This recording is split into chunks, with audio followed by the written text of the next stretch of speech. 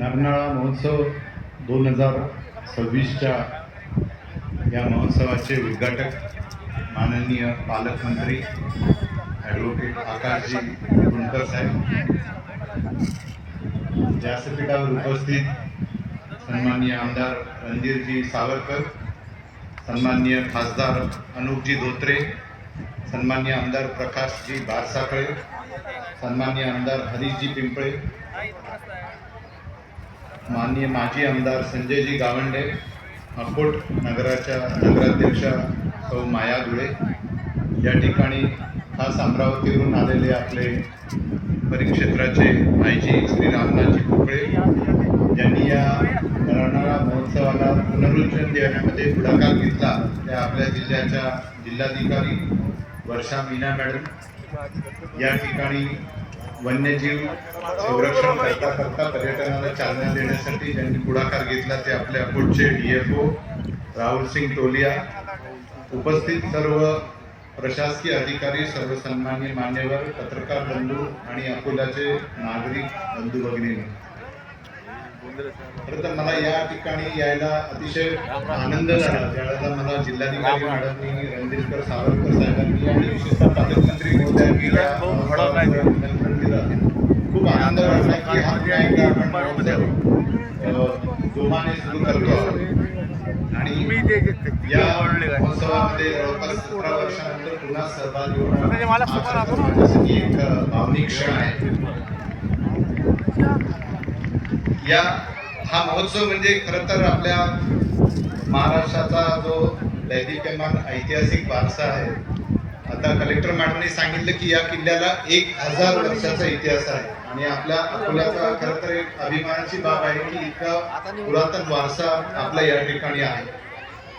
ऐतिहासिक वारसाचा सन्मान करणे, निसर्गाचा रक्षण करणे आणि त्याचबरोबर या ठिकाणी जे स्थानिक आहेत त्यांच्या सक्षमीकरणाचा प्रयत्न करणे हा या महोत्सवाचा खरा उद्देश आहे. आणि त्याही वेळेला लोकसहभागातून हा महोत्सव सुरू झाला होता आणि याही वेळेला मोठ्या प्रमाणात लोकसहभाग या महोत्सवाच्या आयोजनामध्ये आहे. 2008 आणि 9 मध्ये अजिंक्य साहसी संघाचे धनंजय भगत, सृष्टी वैभवचे उदय वजे, युथ हॉस्टेलचे देवेंद्र तेलकर अशा अनेक अकोल्याच्या नागरिकांनी त्यामध्ये मोठ्या प्रमाणात पुढाकार घेतला होता. तसंच या ठिकाणी 13 वर्षांनी पुन्हा आपण उत्सव सुरू करताना एक नवीन रूप दिलं. त्याबद्दल या ठिकाणी जिल्हाधिकारी मॅडम, SP साहेब, अकोटचे DFO, याचबरोबर या ठिकाणी अकोटची SDO ऑफिसची सर्व यंत्रणा या सगळ्यांनी याच्यामध्ये जी मेहनत घेतली त्याचा आज आपण ज्यावेळेला 2012 मध्ये हा महोत्सव खंडित झाला त्याची काही कारणं आहेत. म्हणजे बऱ्याच जणांना ती कारणं कदाचित माहिती नसेल. आपल्याला असं वाटायचं की प्रशासन पुढाकार घेत नाही किंवा कुठेतरी विसंवाद आहे.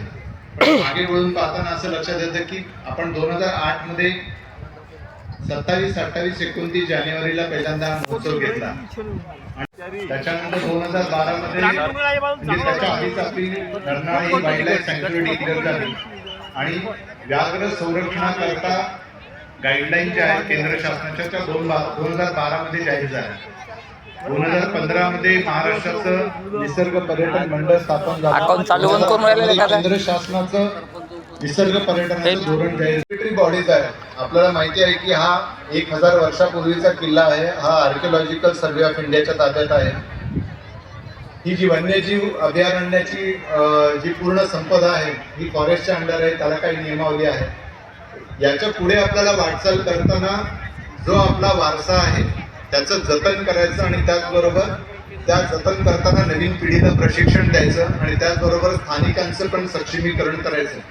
हा फॉर्म्युला आता आपल्या समोर स्पष्ट झाला आहे आणि मला वाटतं यानंतर आता माननीय पालकमंत्री आणि या ठिकाणचे सर्व सन्मान्य लोकप्रतिनिधी यांच्या पाठिंब्याने आणि जिल्हा प्रशासनाची अतिशय नवीन टीम आहे. मी आज दुपारीच जिल्हाधिकारी, SP आणि DFO यांना चर्चा करताना आढळून आलं की तिन्ही अधिकारी एकाच बॅचचे 2018चे.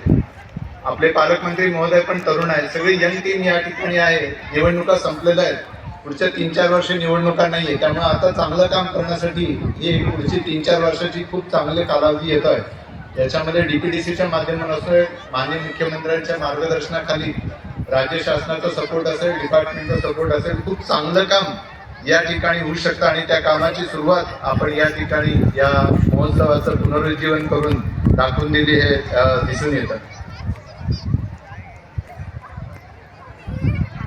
गेल्या 15 वर्षामध्ये मी तुलना केली असा अनेक चांगल्या सोयी सुविधा शहानूरमध्ये दिसून येतात. आता या ठिकाणी स्थानिक गाईड जे आहेत म्हणजे लोकल नागरिक जे आहेत, विशेषतः ज्यांच्या जमिनी त्या ठिकाणी गेल्यात किंवा ज्यांच्या गावाचं विस्थापन झालेलं अशा 12 गावातल्या लोकांना प्राधान्य देऊन त्यांनी 27 गाईडना त्या ठिकाणी जॉब दिलेला आहे. जिप्सीच्या चालत्या पर्यटकांसाठी त्या 27 लोकांना रोजगार मिळालेला आहे.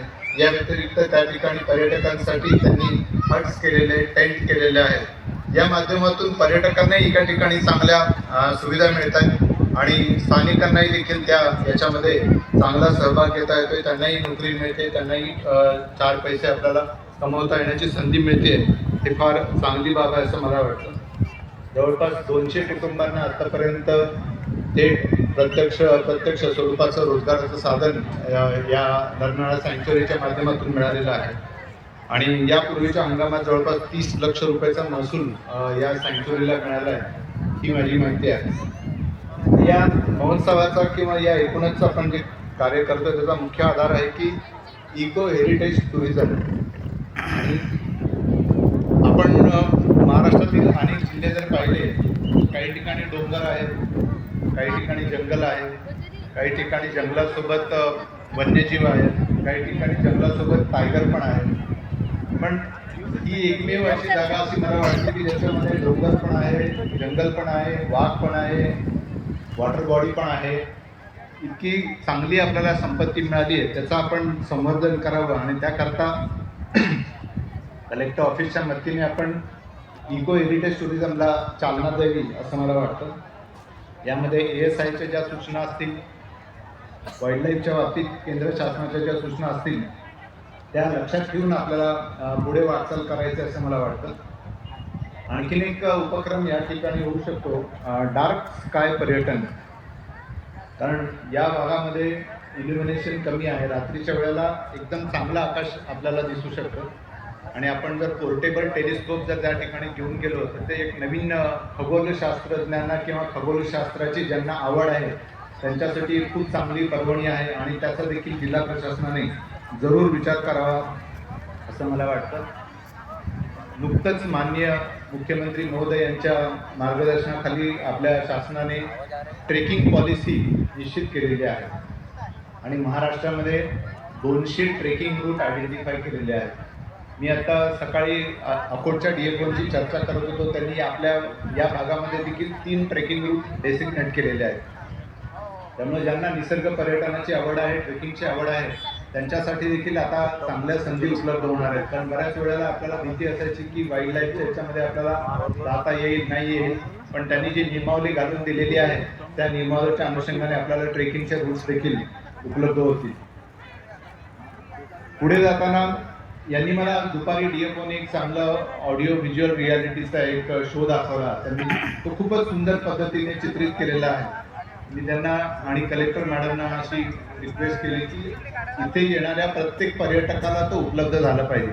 पालकमंत्री महोदयांना विनंती करतो की त्यांचे जे डिव्हायसेस आहेत ते 2च आहेत, ते जर आपण DPCतून वाढवून दिले तर प्रत्येक पर्यटकाला, कारण वाघ दिसणे हे कदाचित नशिबाचा भाग असू शकतो. तुम्ही प्रत्येक वेळेला गेला आणि वाघ दिसला असं होऊ शकत नाही, किंवा वाघ जरी दिसला तरी बाकीचे त्या ठिकाणी वन्यजीव आहेत, गवा आहे, सांबर आहे, सगळे आपल्याला त्या शोमध्ये खूप चांगल्या पद्धतीने दिसतात आणि ते आपण वाढवावं अशी माझी या ठिकाणी विनंती आहे. आपण या ठिकाणी मान्यवरांना ज्या भेटवस्तू दिल्या त्या देखील लोकल जे आदिवासी या ठिकाणी राहतात, इतर नागरिक राहतात, त्यांनी उत्पादित केलेले आहेत आणि अशा पद्धतीने आपण त्यांच्या इतर ज्या कलाकुसरीला आहेत त्यालाही वाव देतात. हे खूप चांगलं आहे असं मला वाटतं. तर पुढे जाताना हा महोत्सव अधिकाधिक आपण बळकट करूया आणि या ठिकाणी जो आपल्याला वारसा मिळालेला आहे, इतिहासाचा वारसा आहे, संस्कृतीचा वारसा आहे, वन्य संपदेचा वारसा आहे, वन्यजीवांचा वारसा आहे, जलसंपदेचा वारसा आहे, असं योग्य पद्धतीने जतन, संवर्धन आणि त्याचबरोबर मनोरंजन अशा पद्धतीची त्रिसूत्री आपण अवलंबली असं मला वाटतं. मला या ठिकाणी आवर्जून बोलवल्याबद्दल माननीय पालकमंत्री महोदय रणधीर सावरकर साहेब आणि जिल्हाधिकारी मॅडम यांचं मी मनपूर्वक आभार मानतो आणि या महोत्सवाला भरभरून शुभेच्छा देतो. जय महाराष्ट्र.